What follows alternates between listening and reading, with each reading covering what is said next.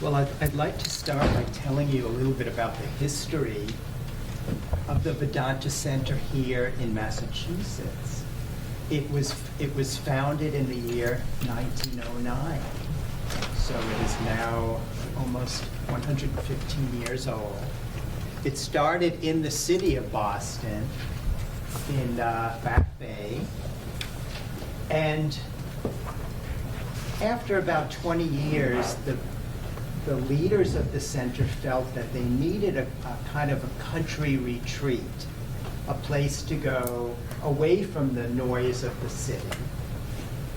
So in the year 1928, the ashram in Cohasset was founded on Beechwood Street.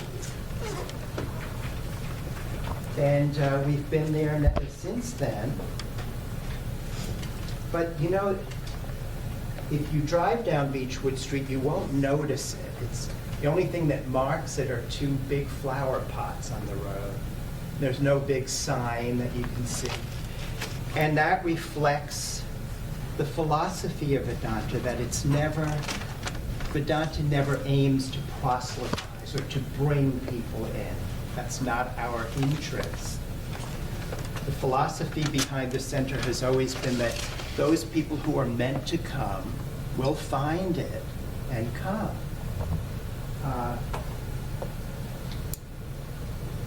Something very unique about Vedanta is that it believes that the path to the truth or to the highest can be found through any religion, or even that an atheist in their own way can find the highest truth.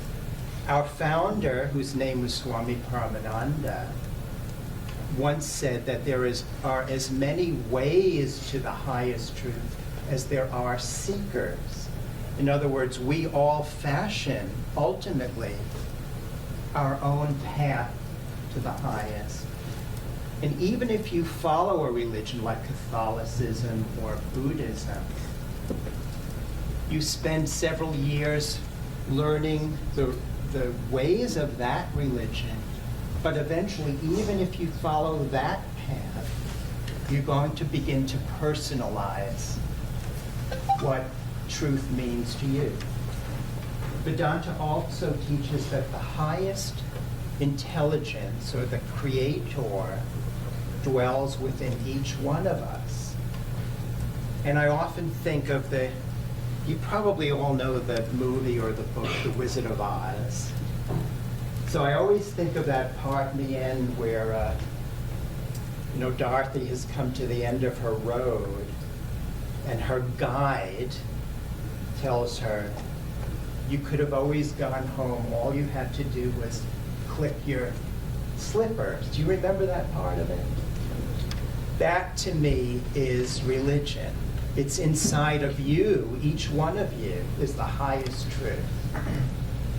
And you can always access it within yourself. A priest or a rabbi is never going to give that to you. It's already inside of you. You just have to uncover it. And that is the philosophy that I came to believe, and that is what drew me to Vedanta. But I have to commend you all, because when I was in high school, I wasn't even thinking about these kind of things. It was not until I was a graduate student at the University of Michigan that my interest really turned toward the spiritual. And I wish I could have had a class like this in my high school, because it's a wonderful opportunity.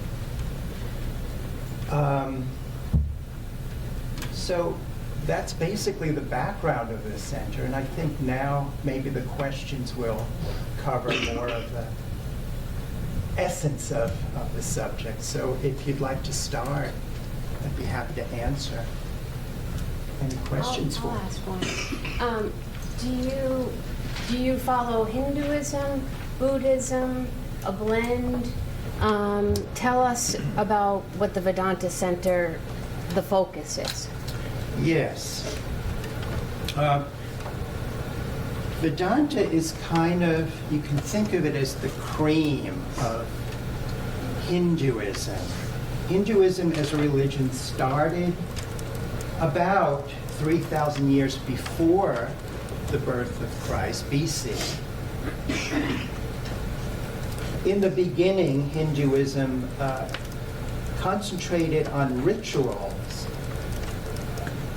And I want to say something about rituals. Those of you who go to church, perhaps Catholic Church, will see something like incense being passed through the church. When I was young, I thought those kind of things were rather silly. You know, they're kind of, what's that for? Later on, I came to see that rituals have a value in that they kind of get you in the mood to go deeper with it. And when you take in the aroma of frankincense or myrrh, it does something to your, it tells your inner being this is something unusual. Something is happening on a subtle level. So ritual has a great value. It prepares your inner being for something a little more sensitive or something higher. So the beginnings of Hinduism concentrated on setting the stage to go deep within. But as it unfolded in the next 5,000 years, more and more realizations came to great, very sensitive souls who were very attuned to the divine. And so Vedanta evolved through Hinduism, but contained more and more of the essentials.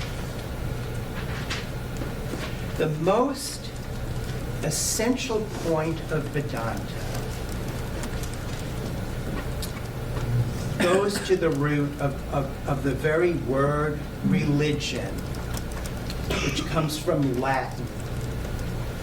And the Latin meaning of the word religion is to reconnect.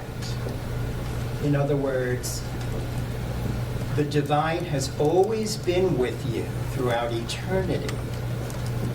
But religion, the word religion means to consciously know that divine within you, to remove all the curtains that are now hiding that divine from your awareness.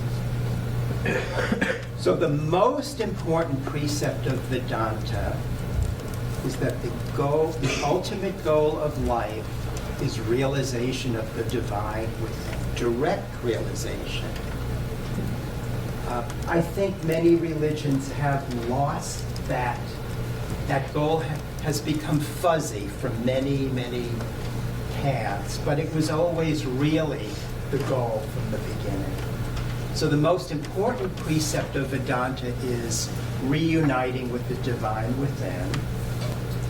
And Vedanta takes all that kind of essence of what we're really supposed to be doing in life and it has created its own collection of higher, you might say higher principles of spiritual living. Okay. It's left behind a lot of the technical ritual and taking the real cream of by the way, Vedanta in America, if you go to any major city, Chicago, Los Angeles, Providence, New York, and many others, you'll find there's a Vedanta center in every city. Most of them were established at the beginning of the 20th century, around 1900.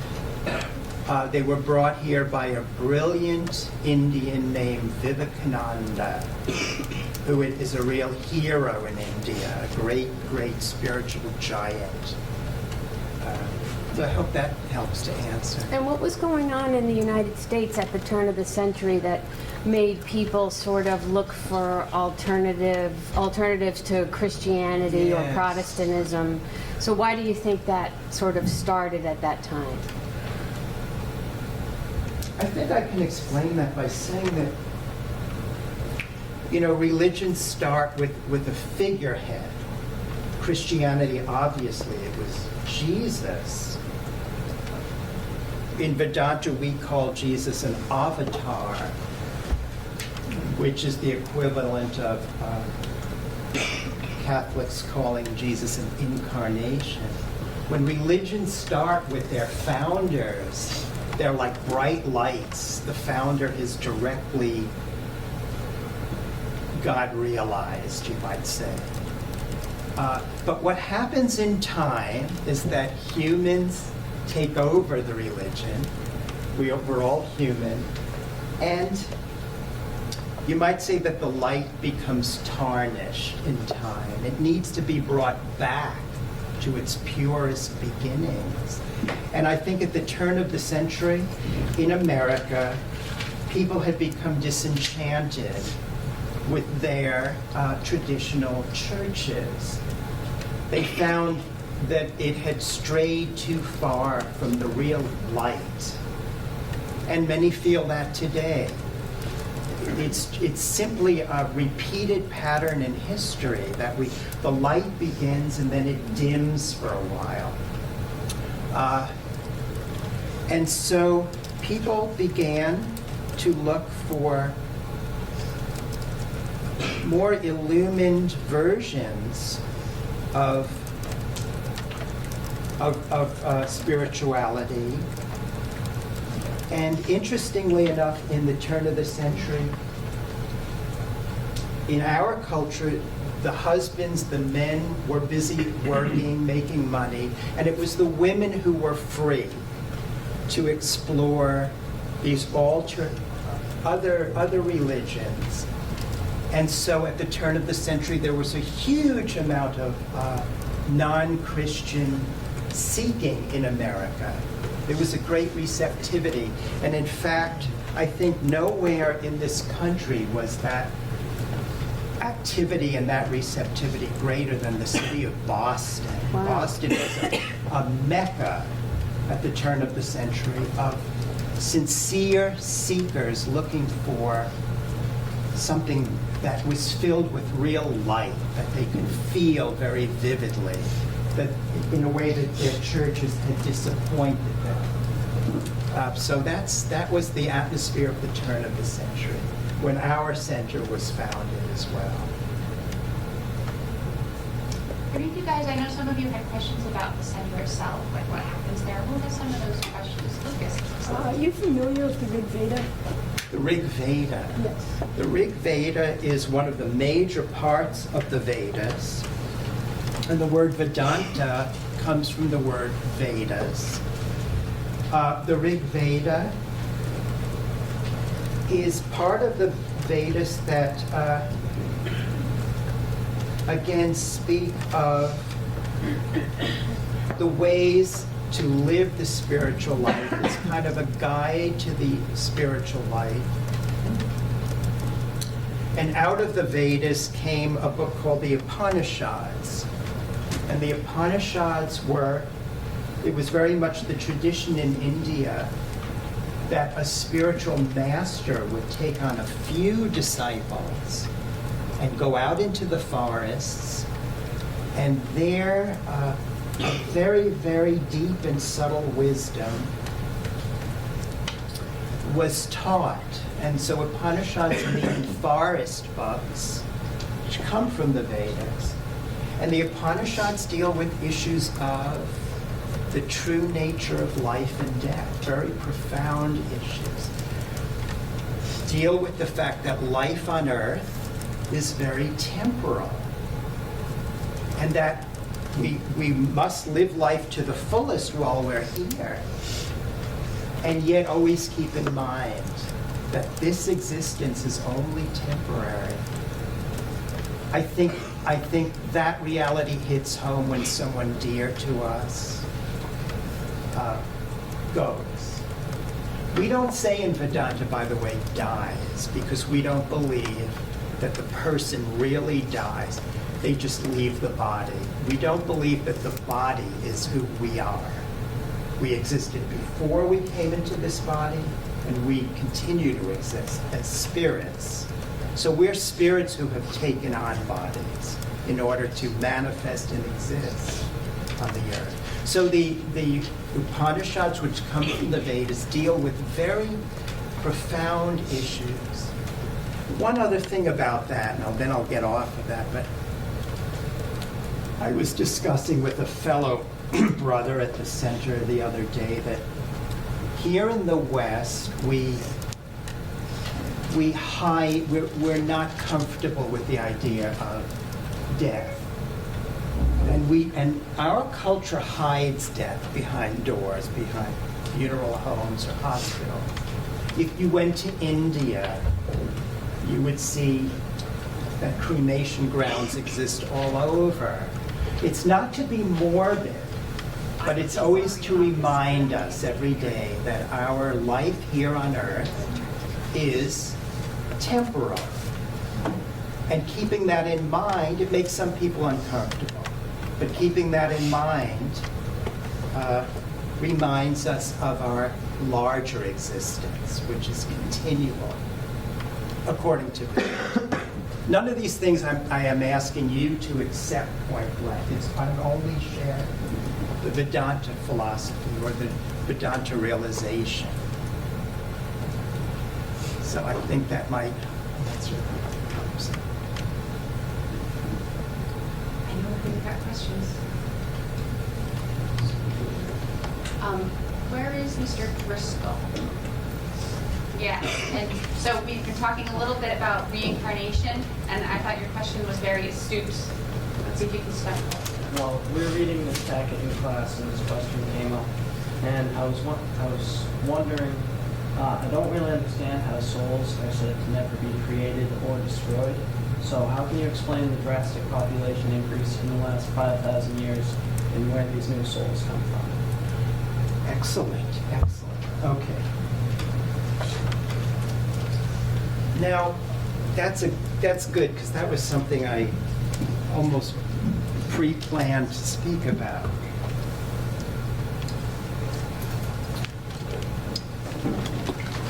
The human mind, we have to go beyond the mind in order to understand that.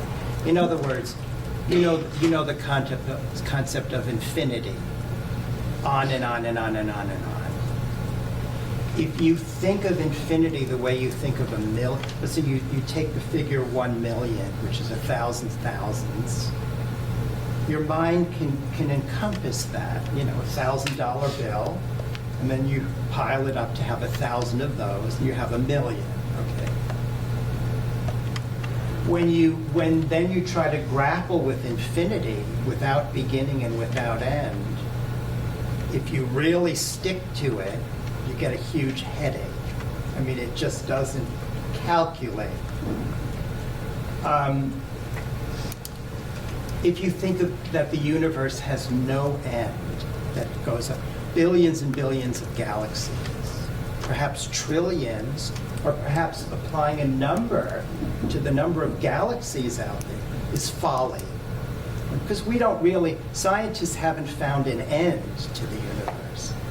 There's no wall out there that they found. So infinite space, infinite time is something we just can't grasp infinity. We can't grasp eternity. The mind just won't do it. We look at a dog, and we feel that the dog, and we love our pets, but we feel that the dog has a certain limited intelligence. We can see that. Then you look at a dolphin, and you can see relatively, that's an intelligent animal. A chimpanzee is. But we somehow think that we have we have infinite capacity as human beings. But we're also in the relative scale in this universe. That's one of the realizations that brought me to the spiritual life when I was in graduate school and I was working around doctoral students. I had the realization, the PhD, this is the highest level of education. But we don't know anything. We really don't. In the relative scale of things, we've acquired a finite amount of intelligence or of knowledge, outer knowledge. Now, with that inspires in us a kind of humility. We don't know, even to get to the highest levels, even at Harvard or Cambridge in England to get the PhD, postdoctoral. You become more and more aware of how limited you are the higher you go in education. Not to discourage anyone from pursuing and studying well. I'm not doing that. That's highly useful in this work. Now let me jump to reincarnation. When I was your age in 10th grade, when I thought of reincarnation like everyone else, the first thing that comes to you is, oh, that means I come back as a worm. That's reincarnation. You don't. You don't come back as a worm. The whole idea of reincarnation is that as you evolve, you go into a higher and higher manifestations. That Earth is like a school from a spiritual point of view. You're constantly evolving. And that one lifetime, even in a human body, is not nearly long enough to learn all the things one needs to learn in this life, in this existence of ours. 50 or 60 or 90 years is far too short. And when you get older, you'll realize how short a time that is.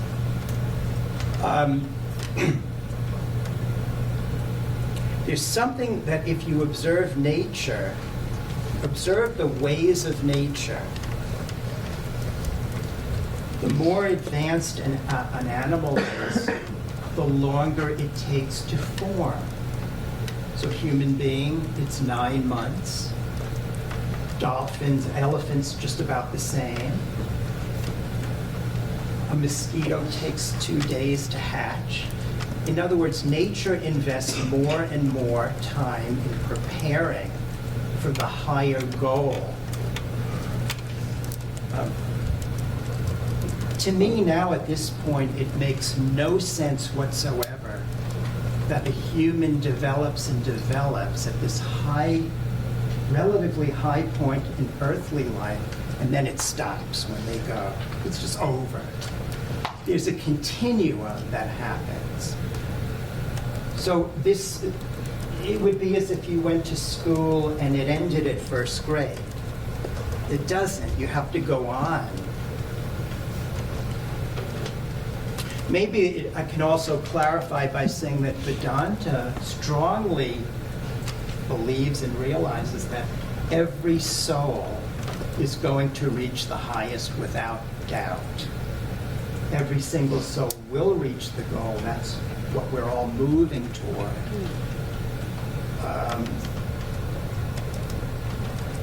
Because the highest goal of existence is the realization of the divine. It takes many, many incarnations. You ask, why are there more now? Well,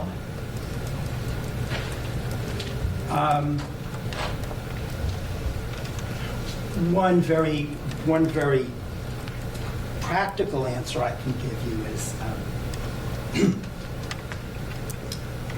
1 million years ago, more souls were in animal form. There are fewer of those now. They've all come up to the human level. That might be one idea. Another might be that new souls are simply spewed out from the Creator to experience and come up through life, to evolve. And there's a lot of, by the way, there has been a lot of controversy about evolution, creationism. I firmly, and I think Vedanta firmly believes in evolution, that as the soul evolves, it takes on a body that can sustain a more highly evolved soul. So an animal who moves up in their evolution inwardly takes on a more evolved outer form. In other words, the outer comes from the inner. It's from inside out. I hope that, does that help? I also know we have some people who are researching the Devbhakta, and I know Brother Devbhakta knows an awful lot about this subject. Who am I? Thank you. Great. What is the modern day influence of the Bhagavad Gita? The modern day influence of the Bhagavad Gita. Well, you know, in America, I'm going to speak about the West, because the metamorphosis or the changes of the Gita has influence really manifest in the West, because India has always been firmly ensconced in the philosophy of the Gita. Since the early part of the 20th century, the influence of the Gita and Eastern philosophy has really boomed in the West. Not only are there about 30 or 35 Vedanta centers in America and Canada, but many teachers from India and the West whose teachings are based on the Gita have flourished here in America. And now when, for instance, the Dalai Lama comes to America and goes to Foxborough Stadium, there are hordes of people that have to be turned away. And these are American-born seekers and followers. So Indian philosophy or Eastern philosophy, Buddhism, the Gita, has really boomed in the last 100 years. Another thing is that you all, wherever you go now, you'll see yoga studios. And that's what we call Hatha Yoga, is the physical part of yoga. You know, you'll see it in Cohasset, you'll see it everywhere. But yoga started out not being purely these exercises. Yoga means union. So union with the divine. So yoga is brought here by Vivekananda. It's the original messenger of yoga. Started out as a multi-branched philosophy based on the teachings of the Gita and of the East. What's happened over the years is people took just the physical part, just the hatha part, out of the whole philosophy. And so now when you see a yoga studio, even those have come because originally from the teachings of the Gita. But Eastern philosophy and the Gita in general, more and more people have turned to it in America over the last 100 years. But I want to say again that, you know, the real spirit of Vedanta is that we are not out to be right about anything. When you enter into a debate with someone or an argument with someone, the wisest counsel is argue your place with the interest of putting the truth across, but lose the desire to be right. This is very, very important, because your debating will be more brilliant if you let go of the need to be right or to win over the other person, but only do it with the pure motive of representing the truth. Be willing to be defeated if that's what will happen, and you learn from that defeat. Vedanta never wants to say that it's right and any other religion is wrong, because they're not. So when I speak about how the Gita has influenced the West, we don't view it as an improvement over any other path or any other religion or atheism. Because God is so vast, or the Creator is so vast, he and she is in every philosophy. But I'm very happy to say that the Bhagavad Gita has generated a growing following in the West. Why is the Bhagavad Gita read now today? Why is it read now? That's an interesting question. Maybe I can I can relate this by talking about music a little bit. Music was my major. There's some music that you listen to from the past, like maybe from the 1920s, or you're much younger than me, so maybe even be the 70s. And you listen to it and it sounds very dated. It sounds old. You might hear something and say, that's something my grandmother would listen to. You know, it sounds old. But then there's some music, and this can apply to all the arts, that seem to be as relevant now as they were 40 years ago. They sound new. There's something about them that never grows old, never seems dated. The truths expounded in the Gita are so relevant today. They actually, I still read the Gita and get chills because that's me, that's my life, you know. So classic scriptures have that quality that you read it and you say, that passage is talking about me now. And that's why the Gita remains relevant. It has this quality. Someday, it may not be now, because you're all very young, but maybe in 20 years or 10 years, or maybe now, you'll read something and get that chill in your spine that says, that's talking to me now. I have that. So even though it was written 4,000 years ago, scribed 4,000 years ago, it has that quality of extreme present relevance to your life. Or it will, or maybe it won't. You'll see as you get older. Yes? What do people coming to the Vedanta Center, what are they usually looking for? What are they searching for when they come? Oh, that is such a good question. Wow. Well, you know, it's funny. I can only speak.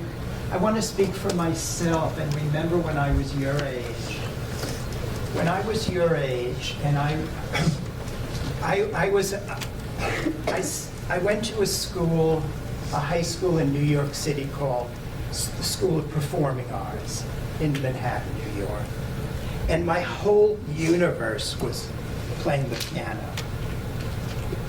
Everything was, you know, it's like an aspiring baseball player. You think baseball, you live baseball, you dream of baseball. Or it can be any field that you're in, sport or field or art that you're intensely interested in.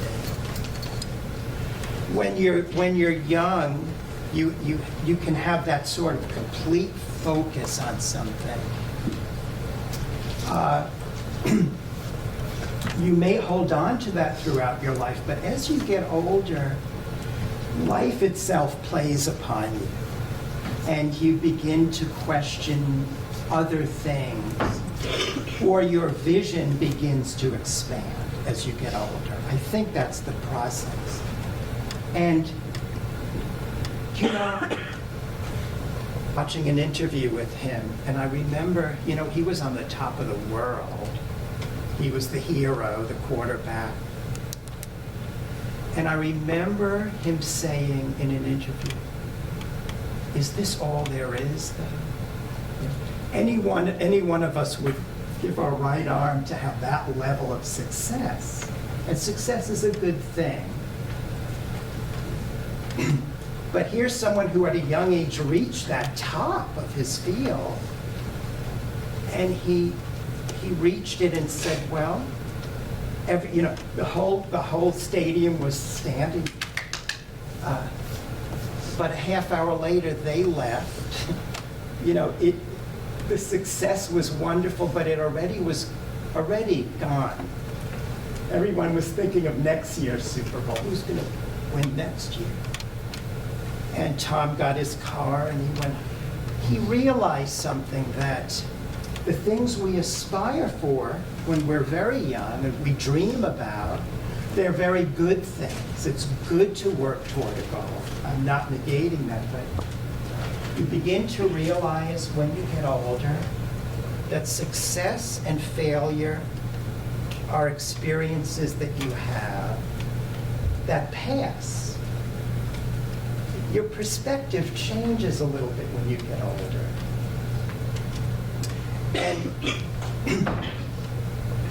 And so I think people who begin to seek for something higher begin to feel the limitations of their previous goals, that it's not fulfilling them.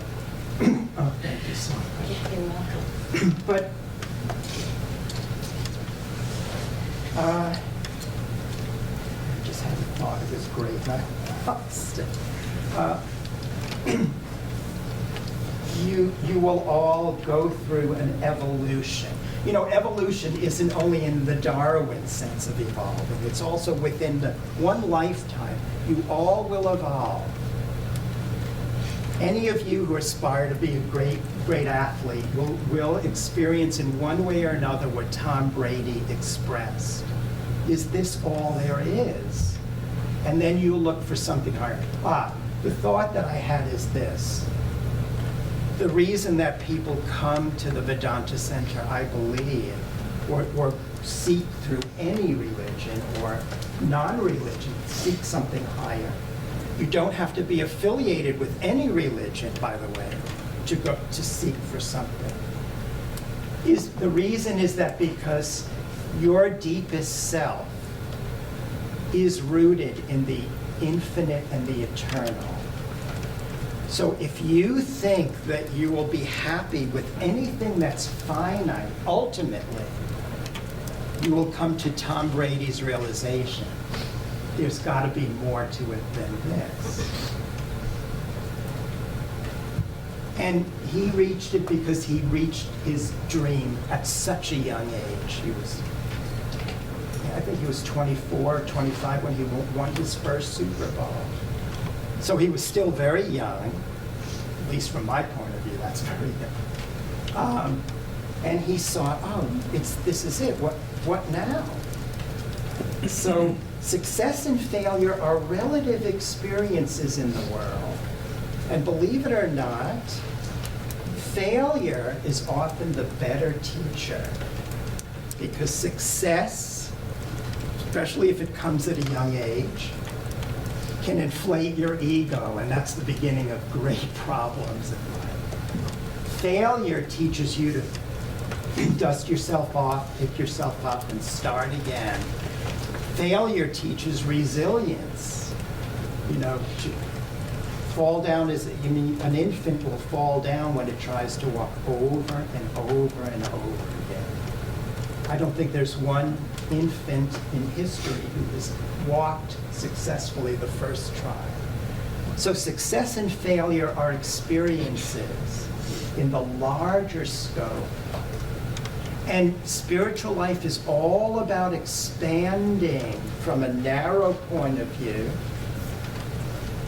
to seeing the panorama of this existence in the widest possible way. So I hope that might answer. Any others? What is the teaching of the Mahabharata? Well, the Mahabharata is a huge epic from which the Bhagavad Gita comes from. It's part of that. The Bhagavad Gita basically is, its backdrop is a war, the Battle of Kurukshetra it's called. And the two chief players are our spiritual master, called Sri Krishna, and his disciple named Arjuna. And it basically starts with the disciple, the student, saying, I don't want to fight, I don't want to kill anyone. This seems all wrong to me. And the master basically tells the student that when the cause is righteous, you must fight. It's symbolic. It's symbolic of the fact that we as aspirants must fight through ignorance to get to the truth. So Bhagavad Gita is, and the Mahabharata, which is the big epic story, was made into a movie and it lasts for 6 hours. It was shown on PBS many, many years ago. But the main import of the Bhagavad Gita is dispensing wisdom as to how, in the large perspective, one must meet life and live life correctly in order to achieve illumination, in order to realize one's highest self, which dwells within each of us. Did you personally study the Rig Veda when you became a brother in Hinduism? I'm sorry? Did you personally study the Rig Veda when you became a brother in Hinduism? No. You know, to me, the Vedas are, I probably will get to a detailed study of it, but I'm really interested in the cream. In other words, my bent has never been toward the intellectual. And to me, that fits very well in the inner life, because the Gita and the Upanishads, to me, are the cream of the Vedas, the part I really want to know and be able to speak about. The Vedas are a little ritualistic, and India is full of Sanskrit scholars who make the Vedas their expertise. But no, that's not my own field of interest. And fortunately, we can pursue our own angles in this. Thank you. That helps.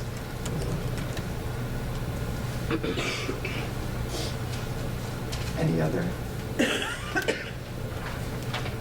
you allowed to marry through children? Yes. Like you personally? Like Brothers don't. But we have what we call, and this tradition goes back 100 years, householders. And we have many married householders associated with the center. Monastics don't. It's a matter of wanting to give your all. You know, I hear about a lot of, just to maybe give you an example in the world, there are a lot of famous artists or musicians or even athletes. You hear about their marriages not working is because they give so much to their art. You know, they kind of want to be one-pointed. But the marriages don't work because the other member feels neglected. And if any of you ever get into some field so deeply, whatever it is, you'll see how true that is. You begin to become so one-pointed toward that goal that it takes up all your life energy. And so I think the wisdom behind those who choose sincerely to become monastics is that reality that you give everything to that one. But that's strictly a choice that, frankly, a very small majority of people make. Yes? Since there's like many gods in Hindu religion, is there a main god? Okay. Oh, I'm glad you asked that, because that's something I want you to bring up. You know, Hinduism actually believes in one God. And this is one of the biggest misconceptions. If you think of a tree having many, many, many branches coming off of the trunk, in Hinduism, since God is in everyone and in everything, there's no place in the universe where God is not. He is his creation. Then there are many, many manifestations, like branches. There are many aspects because it's so infinite. But it all comes out of the same trunk. So actually, it's monotheistic, like Christianity and Judaism and Buddhism. There really are many, many manifestations. So they're what you think of as many gods is actually manifestations of the same, coming off the same trunk. You know, among you, each one of you has different talents. Each one of you has different tendencies, strengths and weaknesses. I'm good in math, I'm bad in languages. I'm bad in math, I'm good in languages. Science. Some of you will go to Harvard, some of you might go to Juilliard, you know. In the same way, God manifests in many different ways, in many different aspects. So Hinduism does not believe in many gods. It believes in the one from which all manifestations flow. And so that multi-manifestation thing is a kind of a far-seeing inclusiveness. It's very much like in Catholicism. There's a saint for travel, there's a saint for animals, there's a saint. It's very much the same thing, that God manifests. And by the way, we don't believe that God is only a he. In Hinduism, in Vedanta, God as mother is a very big thing. God is both genders and beyond gender at the same time. But all of this talk should lead you to see that we feel that God is everything in the universe. There's nothing excluded. Another thing I'd like to say about Vedanta is when I grew up with the Christian idea of what heaven was,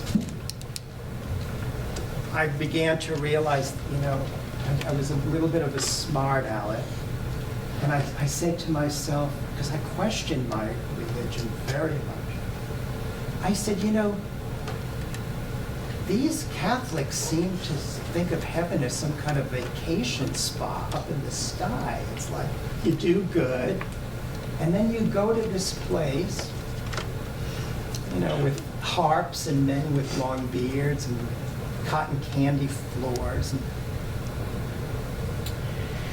I kind of rejected that idea. I think that's a very man-made idea that's not hooked up to a higher reality. Heaven is a state of consciousness that you can reach here, right here on earth. And when you move on, you bring with you who you really have become. You keep bringing on through time who you have become in your heart. In other words, your character is what continues on from life to life. Heaven can be reached right now if you aspire toward it. It's not some place in the sky that's permanent. I could never believe that, but I don't, again, I'm not discouraging anyone else from their own faith or belief.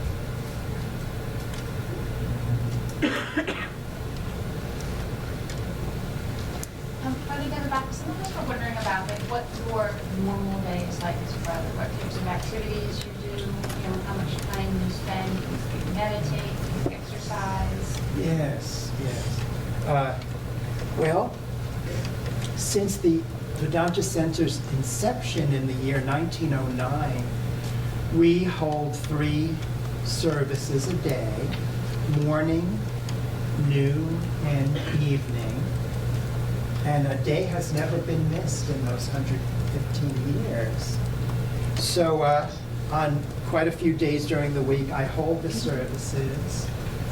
Part of my activity there is delivering the Sunday talks. So if you ever come, you might see me up on the platform.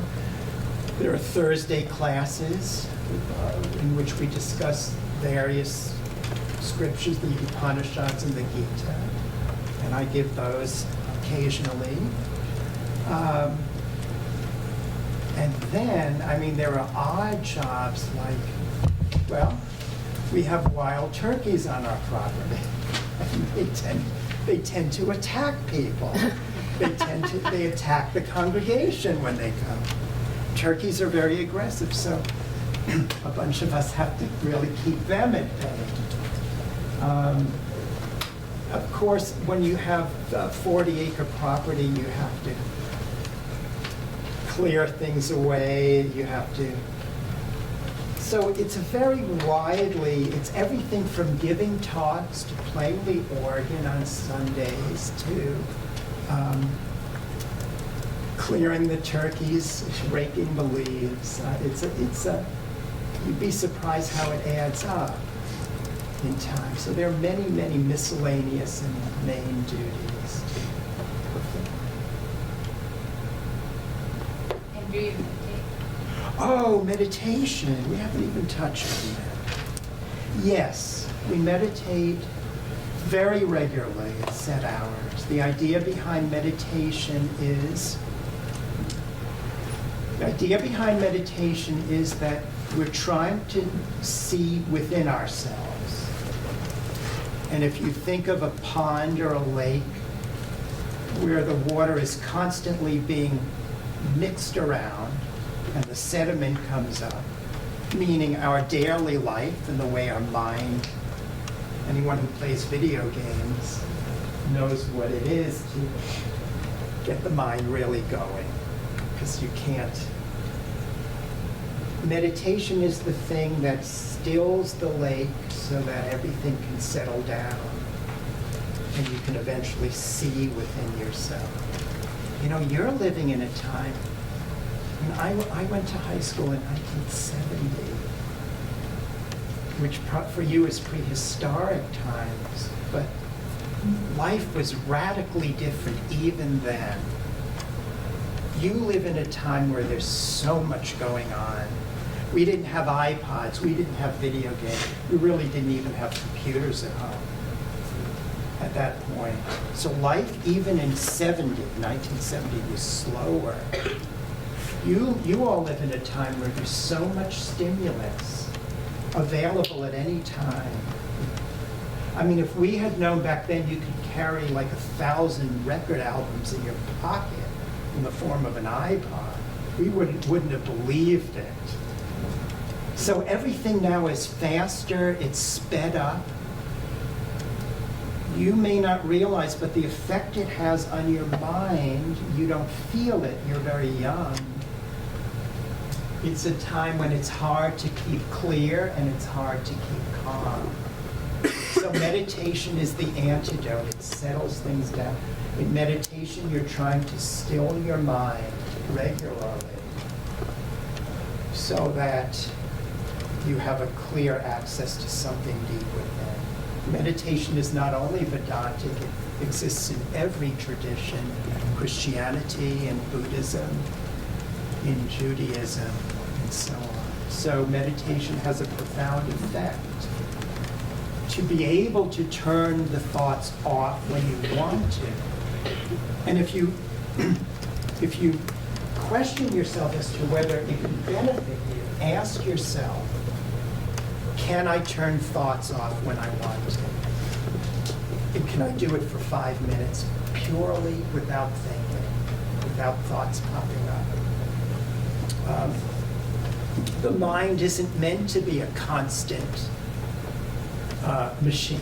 It's meant to be used when it should be used, but there should be an on and off switch. And I think that's not only true for spiritual life, just for mental well-being. You need to be able to stop, at least at the end of the day. need to be able to stop thinking so that you can go to something deeper with them. And so, yes, we meditate very regularly, 3 to 5 times a day. Do you believe in karma? Excuse me? Do you believe in karma? Very much so. Karma, can you raise your hand if you have an idea of what karma means? Karma simply means that for every action, there's a reaction. That for every, let's say if we say something to someone very generous and loving, it's going to come back in the same way eventually through somebody.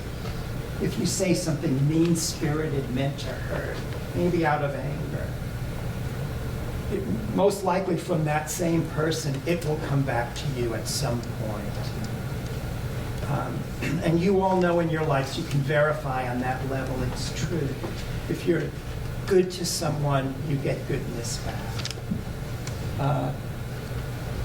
But karma goes on many, many, many levels.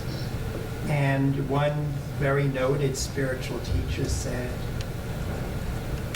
I ultimately can't really talk in depth about karma because it's so complicated.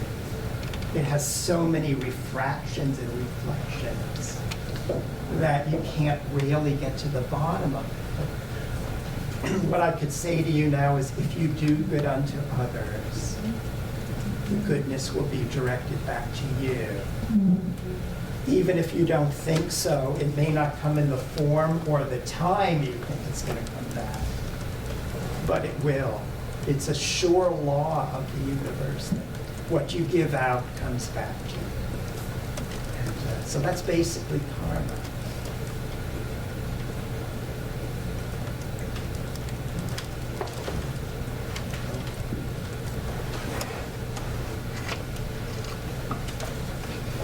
Are there any, like we studied Noah's Ark earlier this year, are there any, parallels to that in the Hindu texts?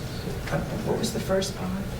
Are there any, we studied Noah's Ark and big flood stories like that, are there any, big flood stories in the Hindu texts?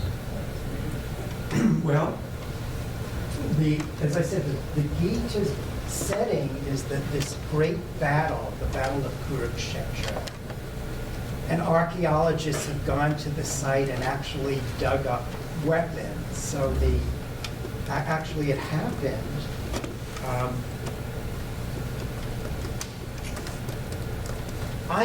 I want to say in connection to that, and that I had another thought too, but in connection to that,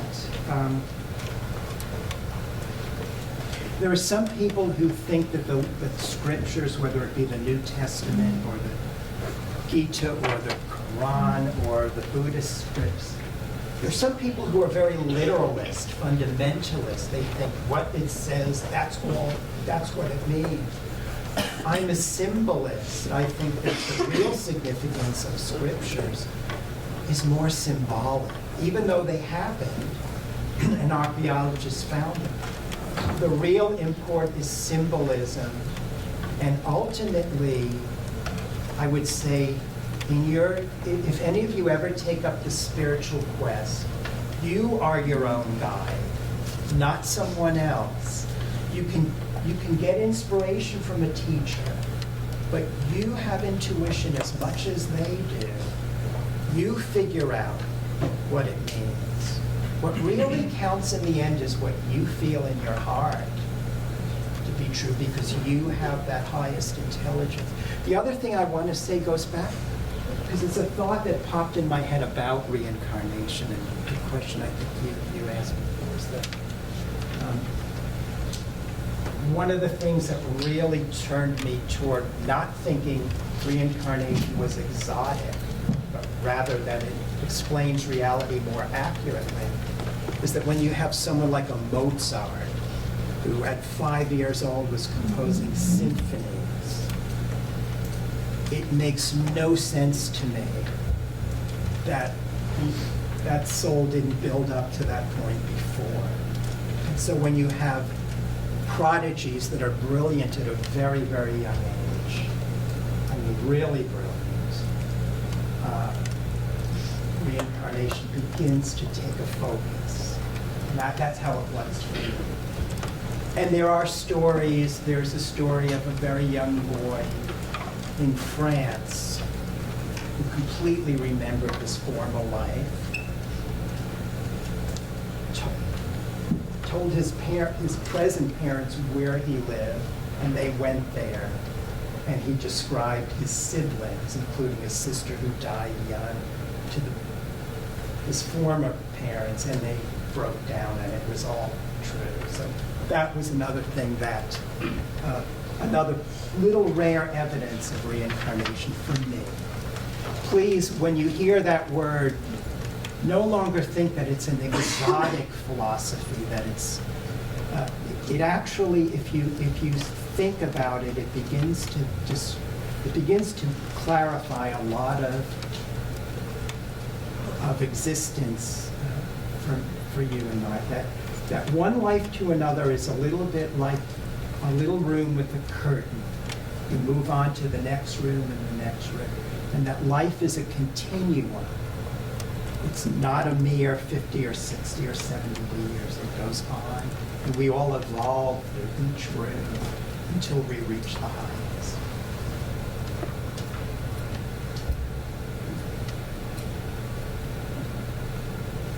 Is the Rig Veda still read today? I'm sorry? Is the Rig Veda still read today? Is the Rig Veda read? I think, at least in the West, it is more the Upanishads and the Gita that are studied. In India, very much so. In fact, Indians are very famous for being able to memorize long passages. And so these traditions are handed down orally, and they come to us largely orally. But yes, in India, there are many Sanskrit scholars. Sanskrit, by the way, along with Latin, are considered languages that are, they say dead languages because they're not spoken in conversation. Sanskrit, by the way, is one of the very oldest known languages on earth. It's the language of India, from which modern-day Indian languages like Bengali and Hindi stem out of. But in India, yes. Here in America, not as much. Not as much. Unless you're a Sanskrit scholar at Harvard, then you write dissertations on the Rig Veda, I suppose. Going back to the reincarnation thing for a second, you mentioned how like a soul has to like build up to get to like Mozart level.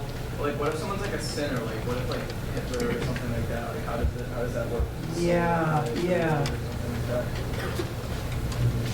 Well, you know, take the word sin.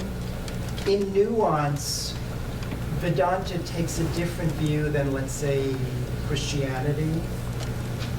That all souls are going to reach the highest. There are no lost souls. But that sin, maybe our version, is anything that blocks the light. Anything that is like a cloud that causes you not to be able to see light. All souls, yes, you know, you mentioned Hitler. That's about the most extreme soul in history. And so there's so much emotion attached to that. But I believe that all souls, and Vedanta believes, all souls eventually find their way. You know, I mean, in connection to that, I just would like to give an example. I remember seeing a documentary once on a terrible serial killer. I saw a documentary, and they traced his life. And this man, from the youngest age as an infant, was horribly abused. And it clicked in my mind. who could end up being anything less than absolutely, really on the fringe of society? Who could survive that kind of life? So if we look at a soul like that and try to see what caused that, and again, this is the complicated universe of karma, which we can't even begin to. You begin to see why a person evolves the way they do. In our society now, we tend to look at people we don't understand, and we rail against a parent. Of course, somebody like that has to be put away from society, no question. But as long as you have that hatred or that intolerant lack of willingness to understand what went behind it, you will always create a little bit of a cloud over your own eyes. So always go deep within and try to see what is behind the cause of everything in this life. But even those souls that you were discussing will eventually, it may take many, many, many centuries or millennia to find their way back. But that's the whole reason of life on earth, is to find your way. Some souls may stray very, very far. Karma may be like a chain of events that lead people off center. But sure enough, they have to come back to the center. There are no, in Vedanta, it is strongly believed, I will even say it is strongly realized, that not a single soul is ever lost. We don't believe that. I hope that helps. Yes? Is there anything like specific that'll happen? You said that all souls will find their way. Is there anything specific that'll happen when all souls do find their way? That's a very interesting question. That leads into the deeply esoteric. That's one of those questions that I love to think about. I really do.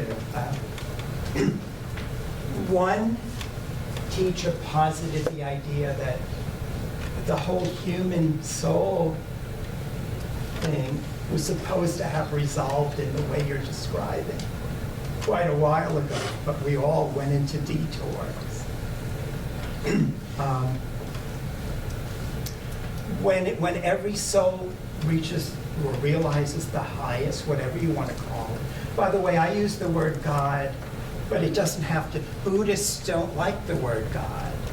Buddhists don't like it. They shy away from it because it's so full of baggage from history. It means Catholic or Protestant or Jewish. So you don't even have to use the word God. Whatever you think of as that cause of the universe, that intelligence behind creation. When every soul realizes that, what happens is so beyond me, I have to know. But Hindus have the word Leela. Leela means drama. And they see the earth as a kind of a drama always through century after century being played out. You become a doctor, you become a lawyer, you become an athlete. Whatever your Leela is, it all is leading to your breadth of experience so that you finally go beyond. So the earth is a huge school from an inner point of view to learn and then go on. And if you can learn as much and quickly as possible, that's one of the best things you can do. But you can take your time because there's eternity. You have a very long time to reach that place. And you do it at your own pace. Some of you will never pursue spiritual life, or other things will take over. But eventually, all souls find their way, as I said earlier. So it's not a crossroads. So does nirvana, do you talk about nirvana reaching that sort of ultimate at one with the Yes, highest? Exactly. Buddha was what we view as another avatar. Oh, I just want to say this. Thank you, because that reminds me. There's one of the things that absolutely turned me toward Vedanta. When I was in Catholic Church, this is what bothered me. I would see films of Buddhist monks in Tibet, or I would see the Dalai Lama speak, and I said, those people are, I know they're holy, they have that aura, I know it. It isn't only, for me, I could no longer accept that Christ was the only way, the way Catholics teach. That was just me.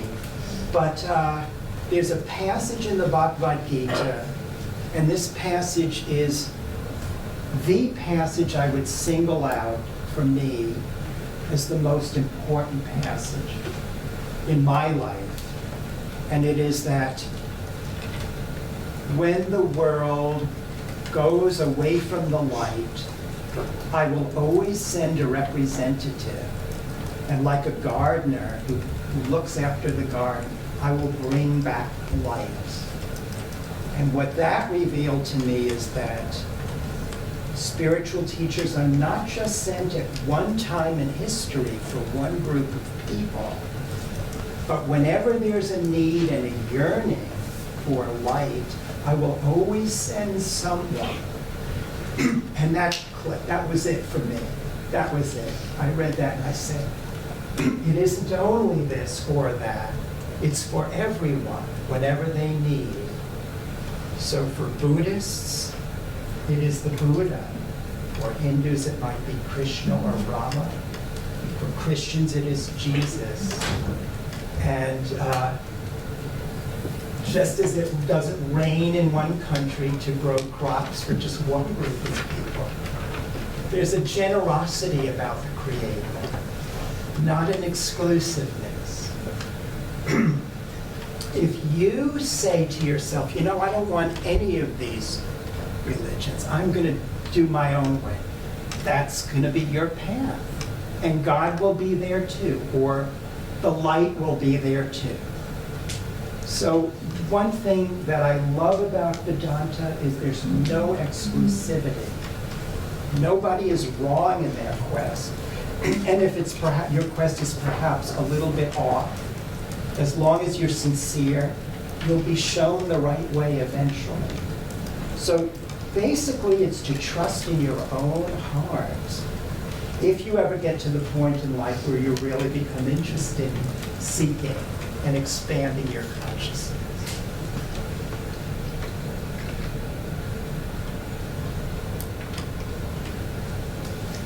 So we have about 5 minutes left. Yeah. So guys, this is last licks, because the bell will ring in 5 minutes. So if you have a question that you feel hasn't been answered and you're eager to hear an answer, or have any other little questions, now's the time. Or else we can sort of stretch and wrap up and maybe talk to Brother Devbhakta individually and say thank you for coming. Why don't we do that? Let's give Brother Devbhakta